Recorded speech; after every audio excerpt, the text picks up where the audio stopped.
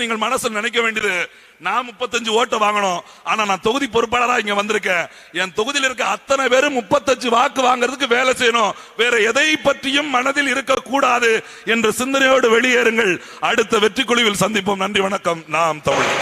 அடுத்து மாநில கொள்கை பரப்பு செயலாளர் சாட்டை துரைமுருகன் அவர்கள்.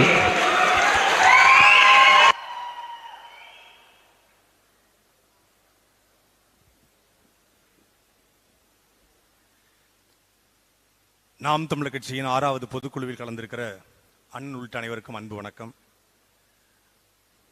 கடந்த ஒரு 20 நாளைக்கு முன்னாடி தேசிய முற்போக்கு திராவிட கழகத்துறை தலைவர் மரியாதைக்குரிய விஜயகாந்த் அவர்கள் மறைந்தபோது சமூக வலைதளம் முழுக்க ஒரு செய்தியை பார்க்க முடிந்தது. ஒரு நல்லவரை இழந்துட்டோம் அப்படின்னு. அதே செய்திக்கு கீழே பல பேர் கமெண்டாக போட்டது ஒரே ஒரு செய்தி தான், ஒரு நல்லவரை இழந்துட்டோம், இன்னொரு நல்லவரை இழந்துவிடக் கூடாது என்று. அவர்கள் யாரும் நாம் தமிழர் கட்சி கிடையாது. ஒரு நேர்மையாளர், அவர் அரசியல் தனிப்பட்ட முறையில் மட்டுமே நேர்மையாளர் விஜயகாந்த். ஆனால் கொள்கையில், கோட்பாட்டில், சித்தாந்தத்தில், அரசியலில் கரம்படாத கைகளுக்கு சொந்தக்காரன் நம்முடைய அண்ணன் செந்தமிழன் சீமான் மட்டும்தான். அவரை இழந்துவிடக் கூடாது என்று ஒவ்வொருத்தரும் பதிவு செய்தான். ஆனால் நாம எப்பவுமே அண்ணன் சீமான் சொல்லுவாங்க, நீ பெத்த தாயை பட்டினி போட்டு எத்தனை அன்னதானம் பண்ணாலும் வீணு.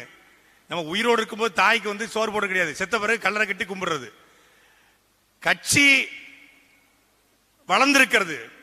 கட்சி எந்த அளவுக்கு வளர்ந்திருக்கு அப்படின்னா, தெய்வ திருமணம் முத்துராமலிங்கத்தோட நினைவிடத்துக்கு போகும்பொழுது 8ஆம் வகுப்பு படிக்கக்கூடிய சிறுவன் ஒரு பேருந்திலிருந்து கையை நீட்டி அண்ணன் அடுத்த நாம தான் என்று சொல்லுகிற அளவுக்கு நாம் தமிழர் கட்சி வளர்ந்திருக்கிறது.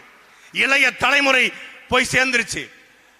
எனக்கு முன்னாடி பேசுற எல்லாரும் அந்த கட்டமைப்பு கொடுத்தான்னு சொன்னாங்க. ஆனால் அதில் மிக முக்கியமான பங்கு வகிப்பது பொருளாதாரம்.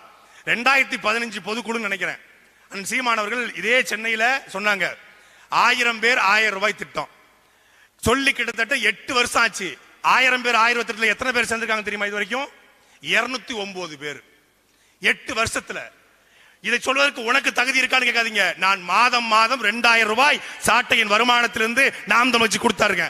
தனிப்பட்ட முறையில் நிறைய செய்ய, அதுபோல இந்த 1000 ரூபாய் 1000 ஒரு 1000 பேர் கூட நாம் தமிழ் கட்சிக்கு 1000 ரூபாய் கொடுக்க முடியாதா? முடியும். ஆனா செய்யல.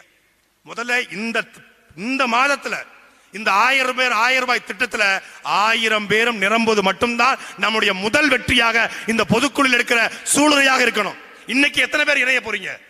நீங்க ஒரு கட்சிக்கு 10 லட்சம் ரூபாய் கூட மாதம் வருமானம் வரலன்னா, பொங்கலா அண்ணன் ஒவ்வொருத்தரா கூட்டு கேட்கறது. மாவீரர் நாளுக்கு நான் உட்கார்ந்து 25 வெட்ட அண்ணன் என் முன்னாடி பிச்சை எடுத்தாரு. 50,000 போடுங்க, 25,000 போடுங்க.